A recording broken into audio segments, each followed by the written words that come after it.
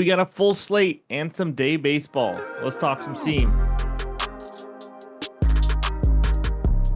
What's going on, everyone? Welcome back in to another episode for Just a Bet Outside. I am your host, Steven, and we're back to talk some more baseball on a Wednesday, which means a lot of day baseball. Some games start early, just as a reminder, so get those bets in early.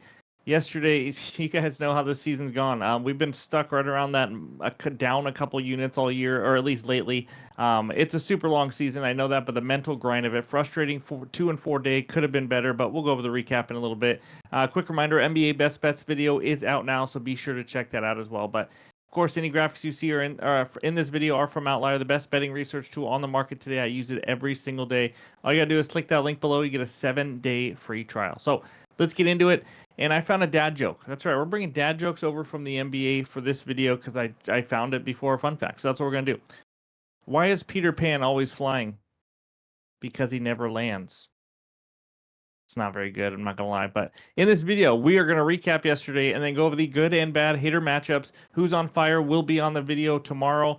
Pitcher strikeout matchup, some of you guys have been asking for. It is coming back very soon, so stay tuned for that. And then, of course, we'll go over the full pitcher report, give you the best bets, and the bets recap. So hit that like button if you haven't already. Leave a comment below to help this channel continue to grow. If you're new to the channel, you know what to do. Hit that subscribe button and come join this awesome community. So let's get this party started. That means it's recap time.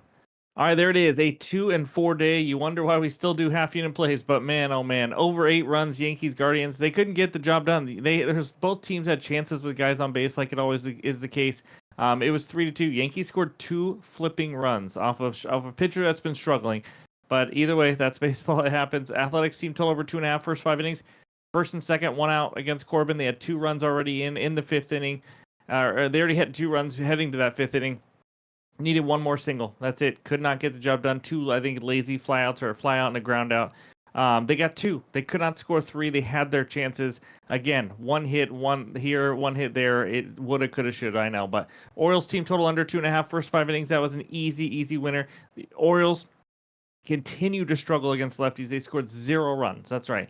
Tatis and Kwan 1+ hit each. Tatis got sweaty. It was his last at bat, but Stephen Kwan, the opposite. Got it done in his first at bat. Nice hitter parlay winner there. Jack Flaherty under 17.5 outs. The Padres are the lowest chase rate team ever, and I've never seen a team chase as much as they have this year. I mean, it was unreal. He was throwing sliders in the other batter's box, and they were swinging. I have no idea what Padres team we were looking at. They didn't do well, and even with that, Jack Flaherty got his 18th out right around that 100-pitch mark. So, I mean, the read was there. It just, they didn't get it done. It was close. But Chris Bubich over 7.5 Ks. I didn't watch the game. I have no idea why he couldn't strike out. He kept getting quick out after quick out, but he could not miss bats and could not get Rockies to strike out. I think he ended with 5. Again, plus 128. We know we're taking a chance there, but disappointing by Bubich there, that's for sure. But either way, that is the 2 and 4 bets recap. If you don't know, last year, first half was a struggle for us. More than this, actually. I feel like we're going to turn this around. We've had a lot of good reads, but the second half of last year, or even 2/3 of it, was over 20 units won. So I know it's there. We're going to turn it around. We're going to find some winners here. But that is the MLB bets recap for Tuesday. Now let's talk some hitter matchups. All right, here it is. We got a lot of them, including 2 pages. Well, the second page barely has any, but the Mets and Phillies obviously see each other a lot, and you're going to see a lot of those players. But Brandon Nimmo, is borderline if there's a good hitter matchup, hitting right around that 300 mark, but 13 for 44 with 2 home runs versus Zach Wheeler. Then you see Carlos Santana hitting Carlos Rodon. But then back to the Mets and Phillies, you got 2 more. Pete Alonso, 10 for 34. Again, borderline if it's good or not, but at least wanted to give you these stats. Starling Marte, 7 for 23 against Zach Wheeler. Alec Boehm, 7 for 21 off David Peterson. You're seeing a lot of these Phillies, Mets kind of thing. Bryce Harper, obviously 8 for 19 versus David Peterson with 1 home run. And then over there to the right side, you got some other obviously good hitters, but you got Marcell Ozuna, 5 for 13 with 2 bombs off of Miles and Miles of Mikolas. Nick Castellanos, how about 5 for 10 off David Peterson as well, all the way down to Alec Burleson and Jake Fraley. So that's what we got for page 1 of the good hitter matchups. Again, take a screenshot, and this should be a part of your handicap. And I also didn't mention to you, Matt Olson there on the right side in the middle. He's been swinging a really hot bat lately. 4 for 12, 4 extra base hits, and 2 home runs off of Miles Mikolas. So now let's check out page 2. There is only 3. Brett Beatty, again, against Zach Wheeler, 3 for 8. Goldie Goldschmidt, 5 for 7 against Ortiz. And then Kevin Pillar, 4 for 7 against the lefty J.P. Sears. So That's what we got for all the good hitter matchups. Now let's take a look at the bad hitter matchups, and you're going to see the same. Phillies and Mets, a lot of them. JT Realmuto and Kyle Schwarber are combined 4 for 33 with 14 Ks off David Peterson. Has not been pretty against the lefty. Then you got Corey Seager, 2 for 13 with 5 Ks. Shohei, 2 for 12, 4 Ks. Doesn't mean don't bet these guys, but just, again, some more info. Jesse Winker never struck out against Zach Wheeler, but he is 0 for 10. And then Taylor Ward, 0 for 10 with 3 strikeouts against him. So that's what we got for all the hitter matchups. Now let's take a look at the pitcher report. All right, here are the first 8 matchups of the day. We got Mikolas versus Bryce Elder, 2 guys that have been struggling to say the least. How about 2 guys over with over a 7 ERA, both in that 4 to 4 or 4 to 5 expected ERA. K rates both really down. I mean, 14.9%. If you're looking for averages, they're all on the bottom. It's around that 22% mark. That's from last year. We'll get this year's up when we get a bigger sample size. But both giving up a lot of hits, not missing a lot of bats. We should see some contact in that one. I'll just say that. Kyle Hart, Reese Olson there in Detroit. Zach Wheeler, David Peterson. We talked about it. These are 2 pitchers throwing the ball really well right now. Good ERAs, good expected ERAs. Zach Wheeler and Peterson both with above average strikeout rates. Of course, we know Zach Wheeler's a stud, 33.6% with a 4.9% walk rate. That is not too shabby. Brady Singer versus Sandy Alcantara. I say it different every time. Alcantara. Anyways, Brady Singer, 3.80 ERA. Sandy's not pitching well. 7.27 ERA right now. He's not missing a lot of bats. Pitching to contact a lot, honestly. 17.3% K rate. Again, working back from that huge injury, but you can see his command's not quite there. He just has not quite been the same, but we'll talk about that game in a little bit. Carlos Rodon versus Luis Ortiz, who somehow found some strikeout magic. I don't know where that's coming from. Carlos Rodon, 31.9%. He is very hit or miss. He is a guy who can look really good and then look absolutely awful. You see with that 13.8% walk rate. And then Sugar for the Orioles is just terrible at missing bats. I mean, the guy can't do it. 9.2% walk rate going up against Trevor Williams, or strikeout rate, 9.2. And then 2 guys who also don't miss a lot of bats, especially Emerson Hancock. As you know, we talked about him last time, cashed the Reds team total over against him, but 12.71 ERA. It's a small sample size. But Sean Newcomb, the lefty for the Red Sox, been a little bit better after a rocky start. And then no pitcher as of right now for the Dodgers going up against the lefty Matthew Boyd, who has been very, very good. Average K rate, but 2.01 ERA, 3.28 expected ERA. So that's what we got for the first page. Now let's check out the final 7 matchups. Not a ton of great pitching matchups here, but Bowden Francis has been pretty solid for Toronto since like the middle of last season or around there. But he has been getting a little lucky. You see a 5.94 expected ERA. Walk rate's getting a little bit up there. Average K rate. I don't know a ton about Gusto, honestly. Young pitcher, pitched 17 innings so far. And then Heaney versus Cocaine. Heaney's thrown the ball well. I don't know what to tell you, but I will say this. If you look at Heaney, his home starts have been much better than his road starts.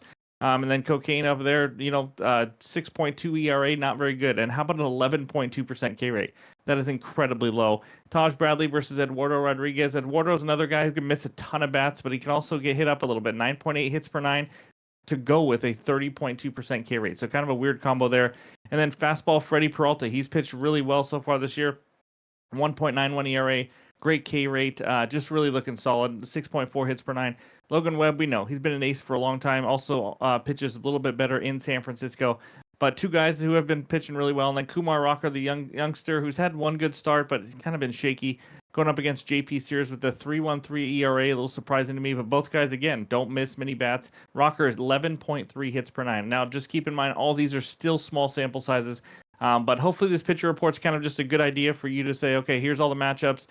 Here's what games I want to dive into and things like that, just to kind of start your day. But that's what we got for all the research help. And now it's time for the best bets. All right, this first one takes us out to Miami, Florida, where the Marlins host the Cincinnati Reds. Marlins on the money line, -130. Reds on the money line, +110 with a total of 8 runs.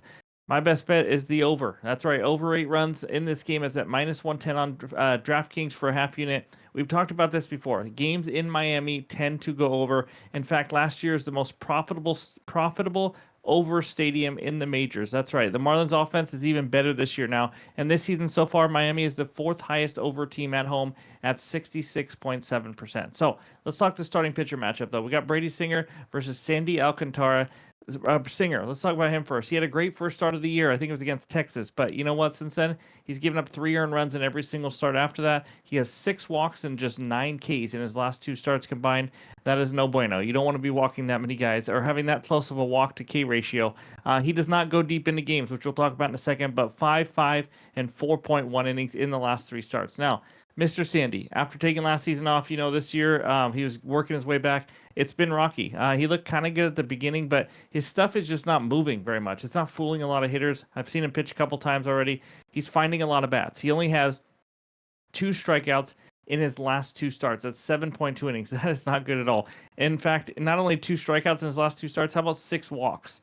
You shouldn't be tripling your walks to Ks, but he's just not quite the same. Maybe he gets there later in the year, but right now he is not there. Offenses, overall, Reds 14th, Marlins 22nd, WRC plus versus righties. You think, okay, that's just whatever. Last 2 weeks, though, how about the Reds with the 5th highest WRC plus? Marlins are 11th. Now, ready for the crazy part? In the last 2 weeks, the Reds and the Marlins have the 2 highest on-base percentages versus righties in the major league. So obviously these guys have been getting on base quite a bit. A lot of traffic on there. Now you got 2 guys who can walk some hitters and also not miss many bats. And like I mentioned, these 2 teams, they do struggle striking out a little bit. But again, we're facing 2 pitchers that do not strike out a lot of guys right now. So I think it's a good matchup for them. Final note, both bullpens are a little tired here, and I don't trust them. But also, like we talked about, Brady Singer and Sandy Alcantara are 2 starting pitchers that are not going deep into games. We could very easily get 4 full innings of both Reds and Marlins bullpens. You got to love that. I like runs. Give me the over 8 runs as my first best bet.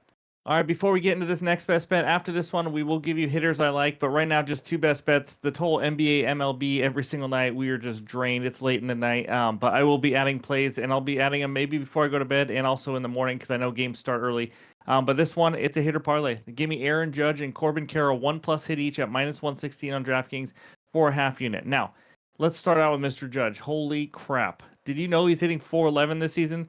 It's just silly. It really is. He just went 4 for 4 last game, 1+ hit in 10 of his last 11. I'm not sure it matters who he's facing, but he is facing Luis Ortiz. Missing more bats this year, yes, but still has a 5.5 ERA, still giving up a hit per inning, 21 hits and 21.1 innings. Give me Judge to stay scorching hot. I mean, this is simple. He is just absolutely tearing the cover off the ball.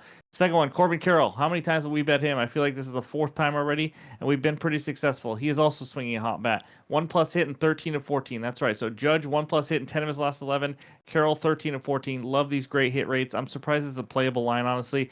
And then he's facing Taj Bradley. He's 2 for 3 off Bradley. Small sample size, not huge, but at least it's good to know he's got some hits off of him. Bradley, again, another guy with over a 5 ERA, 5.24, and just like Ortiz, 21 hits and 22.1 innings. Carroll also at home hitting 368.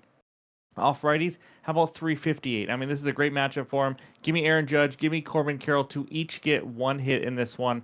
And again, these are my 2 official best bets. As of right now, there will be more plays coming. But before we get out of here, let's talk some more hitters. All right, I got 3 more hitters I wanted to kind of talk through with you guys. Again, you guys can take this info and do nothing with it. Bet some HRRs, total bases, hits, parlays, whatever it is you want to do. Just want to give you some more info to save you some time and help you out. But the first one is Matt Olson. You saw it earlier, the lefty for the Braves. He's 4 for 12 with 2 bombs off Miles Mikolas. 1+ hit in 10 of his last 11. Hitting better at home, 281 compared to 205 on the road. And Mikolas is just not good so far. He's not going to be a 7.8 ERA guy, but he hasn't been good for a while. 7.74 ERA, really struggles versus lefties. And this is why I like him. He's given up a 353 average to lefties compared to 231 to righties. Olson could be an over HRR guy because he's got some guys in his lineup that could hit him home that have also hit Mikolas pretty well. So very early games, so these can be weird. The last Braves hitter prop I've taken when it was an early game was Austin Riley when he went 0 for 4 with 4 strikeouts. In fact, the first 3 hitters had 11 strikeouts, if you guys remember that. I think it was about a week ago. So, take that for what it is. Day games can get a little weird, but, I like this one. I like Matt Olson here. So the second one, Pavin Smith. That's right. Of the Arizona Diamondbacks, kind of I'm going to give you an under-the-radar one. It's Corbin Carroll's teammate there in Arizona, obviously. He's hitting 444 in the last 7 days, hitting 396 off righties, 435 at home. He has 1+ hit in 7 of the last 8. And again, he's facing Taj Bradley, who I already talked about. I don't need to do it again. Just wanted to give him out because he's swinging a bat really well. In fact, someone in the Discord even mentioned, watch out for Pavin Smith. He's really swinging it. So, anyways, that's the second one. Third one, Goldie. That's right, Paul Goldschmidt of the Yankees. As you saw earlier, he is 5 for 7 off Luis Ortiz. So, again, I'm taking 2 teammates of Corbin Carroll and Aaron Judge. He is currently on a 7-game hitting streak. really rejuvenated his career in New York. I don't know what's gone on, but he is hitting the ball well. He is also crushing it on the road. How about 468 average away from New York right now? And again, he's facing Ortiz, who I already talked about as well. So there's just three more hitters I like to give you guys as much info as possible, just with the two bets right now, but more plays will be coming. So be sure to stay tuned for that. Pin comments below on X and on Discord. And before I lose my voice, let's go check out the recap. There it is, short and simple so far. Two best bets, over 8 runs in the Reds and Marlins, minus 110 for a half unit. And Aaron Judge, Corbin Carroll, 1+ hit each, minus 116 for a half unit. More plays are coming. I promise you that. I want to get some action on this day baseball. So be sure to check it even, tonight or in the morning. But that's what we got. We are due for a hot streak. I'm going to keep grinding away. We have a million more games in the MLB season. So again, just bankroll management. Let's keep grinding away because that's what the beauty of sports are. But thank you guys again for watching. I appreciate it. Hope you have a great Wednesday, and we'll talk to you soon.